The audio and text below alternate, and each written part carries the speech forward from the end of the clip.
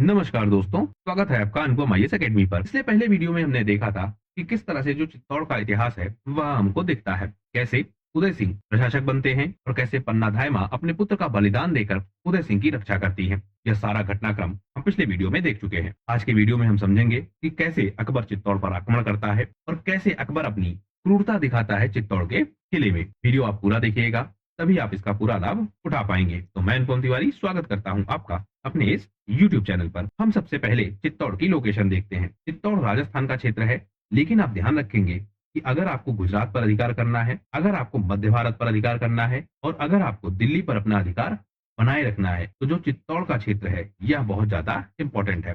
इसीलिए हम देखते हैं कि जो आपका अलाउद्दीन खिलजी है वह भी यह कोशिश करता है कि चित्तौड़ पर उसका अधिकार स्थापित हो जाए।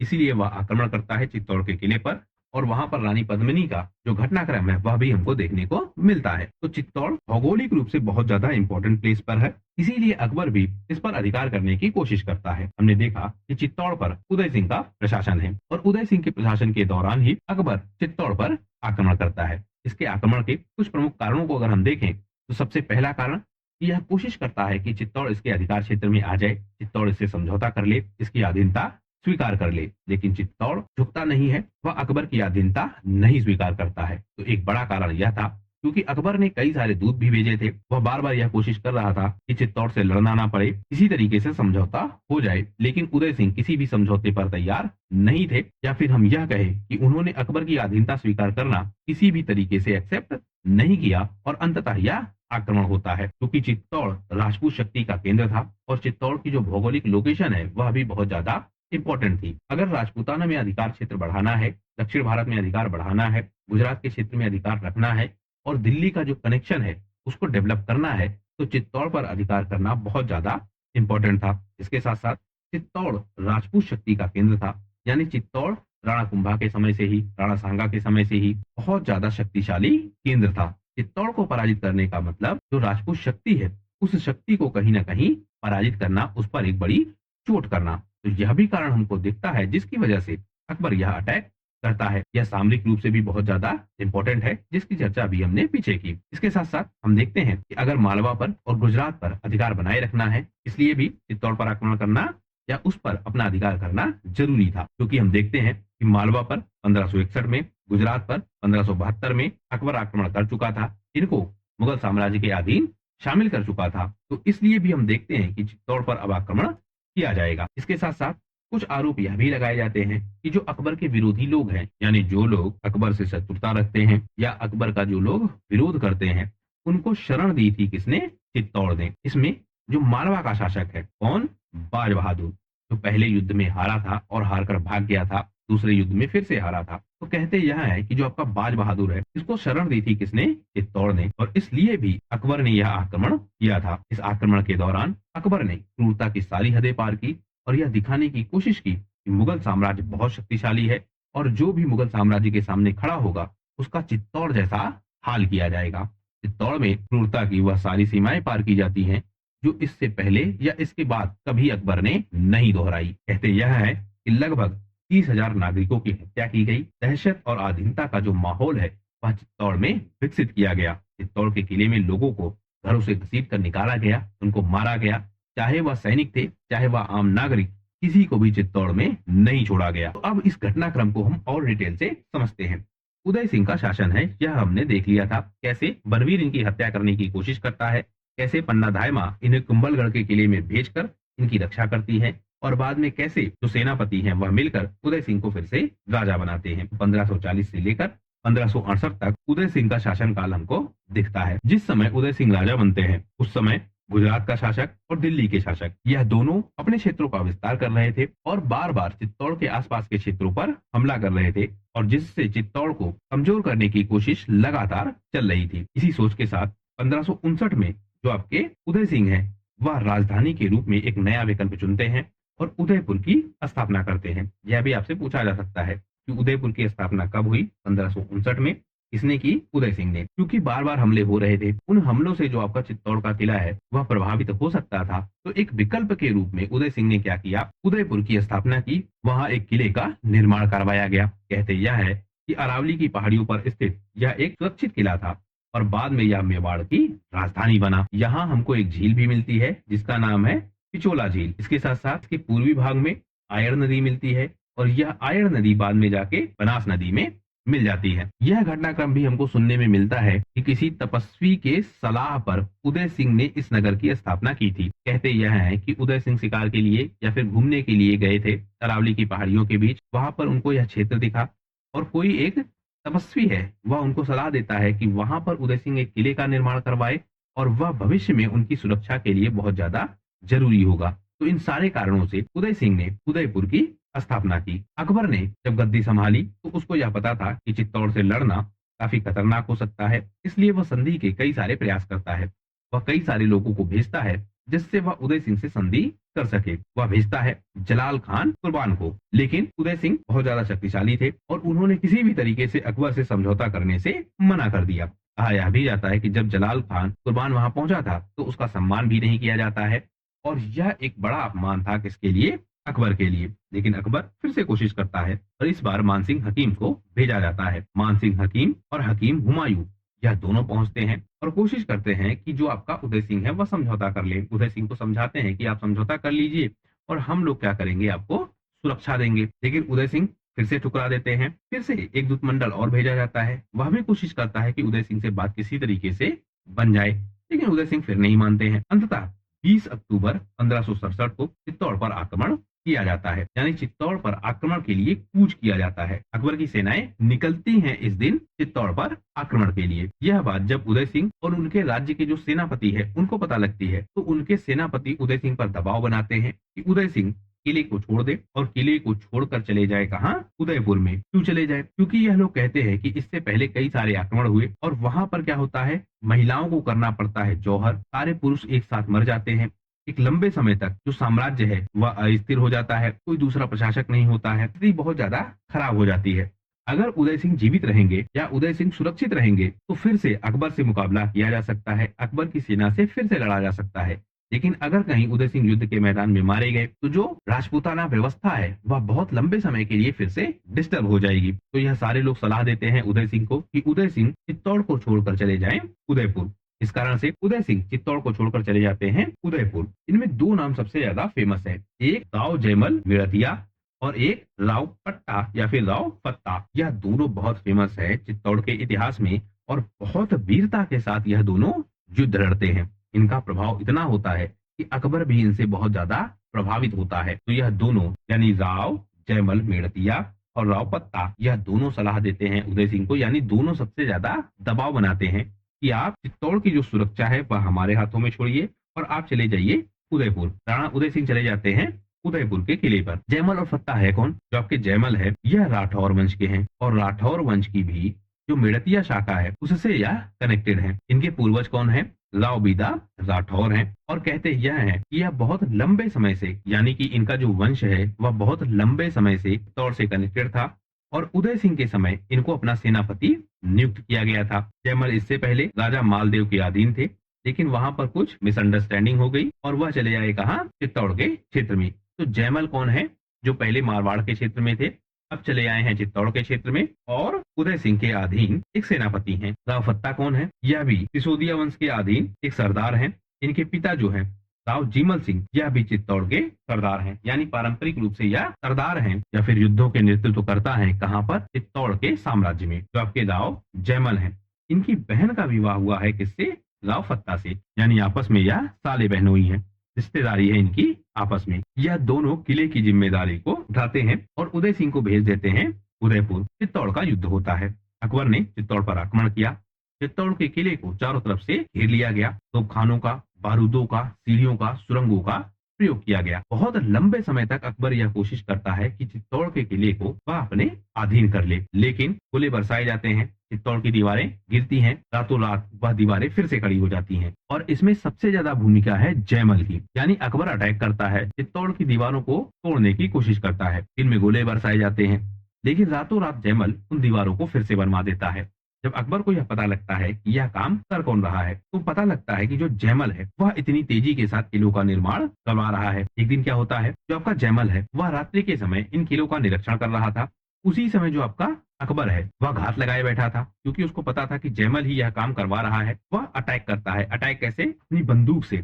और एक गोली जाके लगती है किसको? जयमल को। तो जयमल पर गोली चलाता है कौन? अकबर। जयमल के पैर में गोली लग जाती है और जयमल घायल हो जाते हैं। यानी चित्तौड़ का जो युद्ध है, उस युद्ध से पहले ही जयमल घायल हो जाते हैं। कहते हैं कि लगभग 4 महीनों तक यह घेराबंदी बनी रही। अकबर लगातार कोशिश करता रहा, लेकिन जयमल के कारण और फत्ता के कारण, क्योंकि निर्माण कार्य जो है, स्पेशली जो किले की 4 दीवारी है जिन पर गोले बरसाए जा रहे थे लगातार, उनका जो निर्माण कार्य है वह करवा रहा था जयमल। तो जयमल नवंबर 1567 से लेकर फरवरी 1568 तक किले की दीवारों को बार बार रिपेयर करवा रहा था।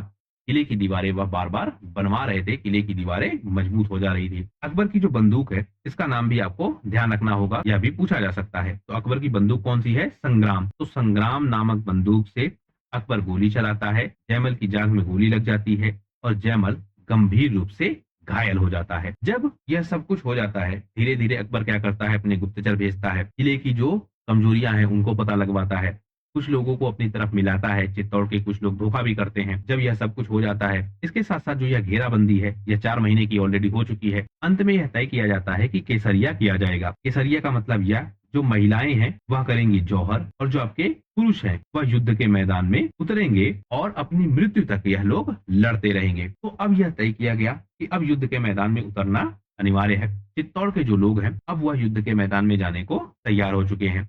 लेकिन जो आपका जयमल है, इन जयमल को गोली लगी है, टांग में गोली लगी है, तो ना तो यह पैदल चलने में, ना यह घोड़े पर चलने में, मतलब यह किसी तरीके से योग्य नहीं है कि युद्ध के मैदान में जा सके। और यहाँ यह तय हो चुका है कि सारे लोग अब युद्ध के मैदान में जाएंगे। जयमल इससे बहुत दुखी है। कहते यह है कि जयमल बहुत परेशान थे कि वह युद्ध के मैदान में नहीं जा रहे हैं, जबकि सारे लोग तो जा रहे हैं। तो एक व्यक्ति है कल्ला राठौर। कल्ला राठौर जयमल को यह कहते हैं कि वह क्या करे, उनके कंधे पर बैठ जाए। यानी कल्ला राठौर युद्ध के मैदान में जाएंगे, जयमल उनके कंधे पर बैठेंगे और कंधे पर बैठकर जयमल युद्ध करेंगे। यहाँ पर जयमल की जो वीरता दिखती है वह अपने आप में बहुत अद्भुत है। मतलब घायल है जयमल, लेकिन उसके बाद भी यह युद्ध के मैदान में जाने को तैयार है। और कल्ला राठौर यह जयमल को सपोर्ट करते हैं और कल्ला राठौर जयमल को अपने कंधे पर बैठाकर युद्ध के मैदान में ले जाते हैं। अब यहाँ जो युद्ध होता है, ये अपने आप में बड़ा विचित्र युद्ध होता है। इनको 4 हाथों वाला देवता भी कहते हैं।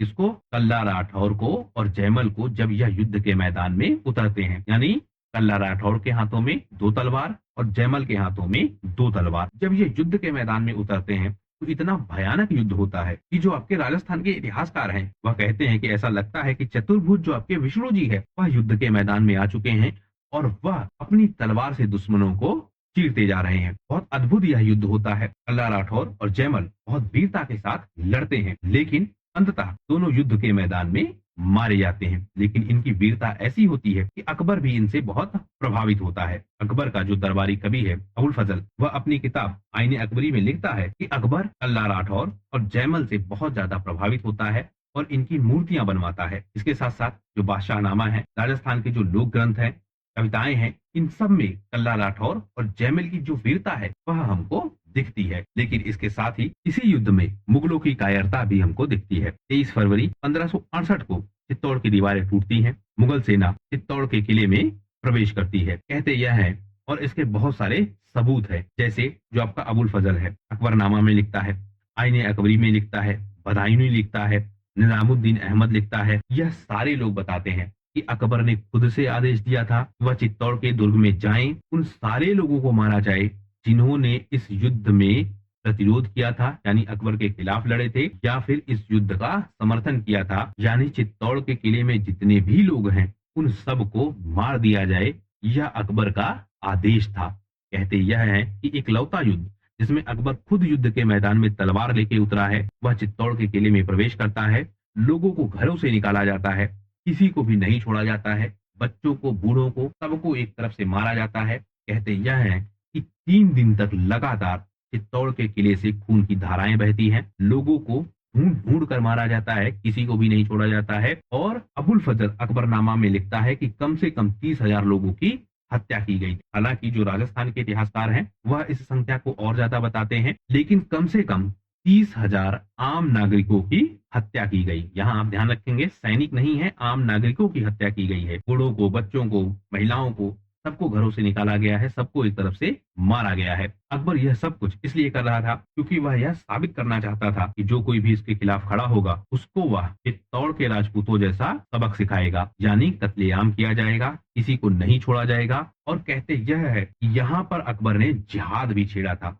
यह प्रश्न भी आपसे पूछा जा सकता है कि वह कौन सा युद्ध है जिसमें अकबर ने जिहाद छेड़ा था। तो वह युद्ध था चित्तौड़ का युद्ध। चित्तौड़ में अकबर की कट्टर इस्लामी सोच हमको दिखती है, उसका घमंड हमको दिखता है, उसका कैरेक्टर हमको दिखता है। 30,000 लोगों को मारा जाता है चित्तौड़ के किले में और अंततः चित्तौड़ के किले पर अकबर का अधिकार हो जाता है। चित्तौड़ के किले को जीतने के बाद अकबर अपना एक प्रशासक यहाँ पर नियुक्त करता है, जिसका नाम है ख्वाजा अब्दुल मजीद। इसके साथ साथ हाकिम चित्तौड़ यानी चित्तौड़ का एक सूबेदार नियुक्त किया जाता है। चित्तौड़ में मुगल सेना की एक छावनी स्थापित की जाती है। यहाँ पर हजारों मुगल सैनिकों को लगातार तैयार रखा जाता है, क्योंकि इनको अभी पता है कि उदय सिंह जीवित हैं और उदय सिंह कभी भी हमला करके चित्तौड़ को वापस ले सकते हैं।